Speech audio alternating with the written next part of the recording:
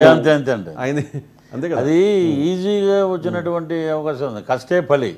ముళ్ళదారి అన్నారు చూసారు మీరు.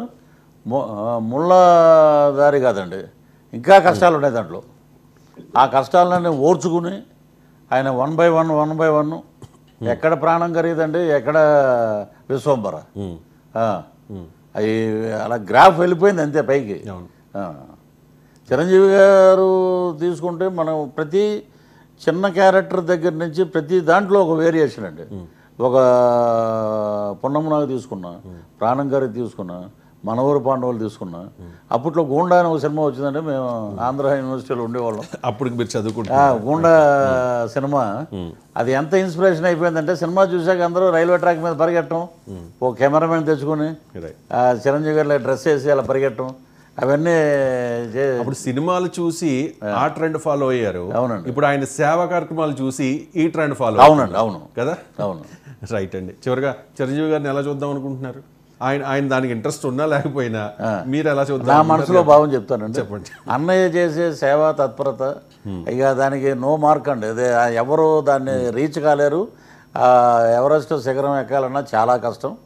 సో నేను ఆయన్ని ఒక నా మనసులో మాట చెప్తున్నాను అన్నయ్య.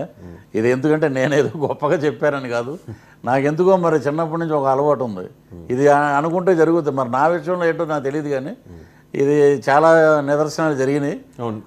మిమ్మల్ని నేను మా ఆంధ్ర రాష్ట్రానికి గవర్నర్గా చూడాలని నా కోరిక అండి ఈ పుట్టినరోజు సందర్భంగా. రైట్. ఆయన కావాలి అనుకుంటే ఆయన కావాలనుకుంటే బోల్డ్ అండి. కావాలి అనుకుంటే ఇంకా మంచి మంచి అవకాశాలు వస్తాయి, కానీ ఆయన ఎందుకో వద్దంటున్నారు.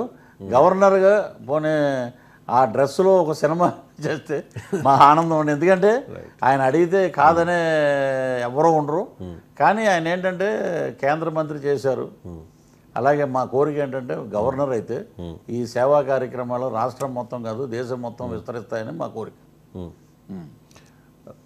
రైట్. ఆయన ఎమ్మెల్యేగా చేశారు, ఎంపీగా చేశారు, కేంద్ర మంత్రిగా పనిచేశారు, ఇప్పుడు డిప్యూటీ సీఎంకి అన్నగా ఉన్నారు. ఏ పొజిషన్ అయినా కూడా దానిలో ఇసుమంతైనా ఆయనలో అహం అనేది లేకపోతే ఏం కనిపించింది. నిజంగా మహానుభావుడు చిరంజీవి గారు. మరొకసారి చిరంజీవి గారికి హృదయపూర్వక శుభాకాంక్షలు తెలుపుతూ ఉన్నాం. సో చాలా థ్యాంక్ యూ సో మచ్ అండి పృథ్వీరాజ్ గారు. చాలా ఘోరం. అంటే అచ్యుతాపురం ఫార్మా కంపెనీలో భారీ పేలుడు జరిగింది. దీని మీద ఇమ్మీడియట్గా ప్రభుత్వం స్పందించింది.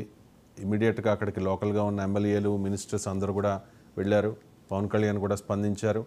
చంద్రబాబు నాయుడు కొద్దిసేపటి క్రితం అక్కడికి చేరుకున్నారు. ప్రస్తుతం అక్కడ పర్యటిస్తూ ఉన్నారు. ప్రత్యక్ష